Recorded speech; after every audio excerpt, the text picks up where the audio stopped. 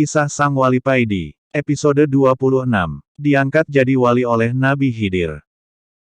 Setelah mendapat banyak karunia di Malang, Wali Paidi kembali ke pondoknya. Mbah Kiai yang tahu kedatangan Wali Paidi merasa sangat senang, dan langsung menyuruh santri untuk memanggil Wali Paidi dan menghadap kepadanya. Wali Paidi yang mendengar titah gurunya itu langsung pergi ke dalam. "Assalamualaikum," ucap Wali Paidi ketika berada di depan dalam. "Waalaikumsalam," jawab Mbah Kiai dari dalam. Wali Paidi maju dan mencium tangan gurunya, tangan yang lembut dan wangi. "Ayo duduk," Mbah Kiai mempersilahkan Wali Paidi duduk. Setelah duduk, Wali Paidi melihat wajah gurunya ini. Keyakinan Wali Paidi ini memang beda dengan keyakinan para murid pada umumnya. Kebanyakan para murid tidak berani menatap wajah gurunya ketika menghadap, karena hal tersebut bagi mereka termasuk tindakan yang kurang sopan, tapi pendapat Wali Paidi lain. Dia lebih suka melihat wajah gurunya karena baginya melihat wajah orang soleh adalah ibadah, dan tentu ada barokah di dalamnya. Keyakinan atau kedua pendapat ini sama benar, tinggal niatnya saja yang perlu ditata. Wali Paidi melihat wajah gurunya ini begitu bersinar dan begitu suci bersih. Seakan-akan gurunya ini akan berpergian. Teringat ini Wali Paidi langsung menangis sesungguhkan. Mbah Kiai yang melihat Wali Paidi menangis hanya tersenyum saja, lalu beliau bilang kepada Wali Paidi, "Apa yang kamu lihat dan yang kamu rasakan itu benar. Aku memang akan pergi memenuhi panggilan Allah. Waktunya sudah dekat, aku sebentar lagi akan meninggalkan dunia ini." Wali Paidi tetap menunduk dan terus menangis. Mbah Kiai lalu berkata lagi, "Nak, nanti malam pergilah kamu ke belakang pondok. Setelah mencapai sungai duduklah di situ, tunggulah teman Abah, belajarlah kamu kepadanya. Dan yang penting kamu manut dan jangan banyak bertanya," pesan Mbah Kiai. "Inggih Kiai," jawab Wali Paidi. "Apa yang kamu alami di Malang semuanya aku tahu, jadilah itu sebagai tonggak keimananmu, dan kamu sudah bertemu dengan saudara-saudara seperjuanganmu. Kelak kalau kamu bertemu mereka kembali sampaikan salamku kepada mereka." Mbah Kiai lalu berdiri mendekati Wali Paidi, beliau menepuk-nepuk punggung Wali Paidi. "Sekarang kembalilah ke pondok. Nanti malam laksanakan apa yang aku perintahkan," ucap Mbah Kiai lalu masuk ke dalam. Setelah Mbah Kiai sudah tidak terlihat, Wali Paidi keluar dari dalam, walau Mbah Kiai sudah tidak ada. Wali Paidi keluar dalam tetap dengan membungkuk dan berjalan mundur.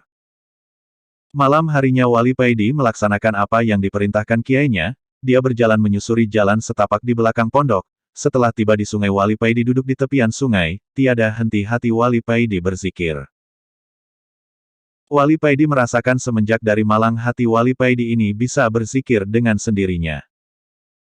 Tidak lama kemudian datanglah sosok yang seumuran dengan Mbah Kiai mendekati Wali Paidi. Wali Paidi melihat pancaran sinar wajah orang ini sama persis dengan pancaran wajah Mbah Kiai. "Aku teman gurumu. Aku adalah Khidir dan mulai saat ini aku akan mengajarimu," ucap Khidir langsung ke pokoknya. "Inggih," ucap Wali Paidi. "Ayo ikut aku," ucap Nabi Khidir lalu berjalan pergi. Wali Paidi mengikuti dari belakang. Wali Paidi tidak banyak bertanya sesuai perintah gurunya, dia hanya manut saja. Pasrah bongkoan. Nabi Khidir baru berhenti ketika di depannya ada gazeba, rumah bambu dengan atap ilalang, yang begitu indah. Gazeba ini terlihat kokoh dan futuristik, di depannya ada taman kecil, dan di sekitar gazeba terbentang hamparan rumput hijau yang asri. Tempat ini seperti villa mahal di daerah pegunungan. "Masuklah, tempat wudhu dan kamar mandinya ada di belakang," ucap Nabi Khidir. Dan tidak lama kemudian azan subuh berkumandang. Wali Paidi pergi ke belakang mandi, berwudhu kemudian sholat jamaah dengan Nabi Khidir. Setelah sholat, Wali Paidi duduk di teras gazeba. Di depannya duduk dengan berwibawa Nabiullah Khidir As. "Aku akan mengajarimu ilmu syariat dan ilmu hakikat. Aku akan memanjangkan waktu buatmu. 1 hari di dunia sama dengan 1 tahun kamu bersamaku," kata Nabi Khidir.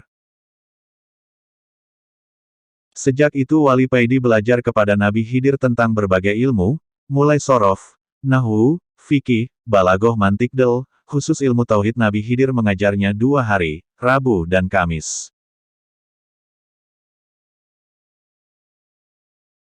Sedang ilmu hakikat diajarkan di sela-sela pelajaran ilmu syariat. Untuk ilmu ini TDK terjadwal, mengalir begitu saja tidak terasa. 10 tahun sudah Wali Paidi belajar kepada Nabi Khidir. Wali Paidi sekarang sudah menguasai berbagai macam ilmu dan sangat mahir. Sekarang sudah saatnya kamu kembali.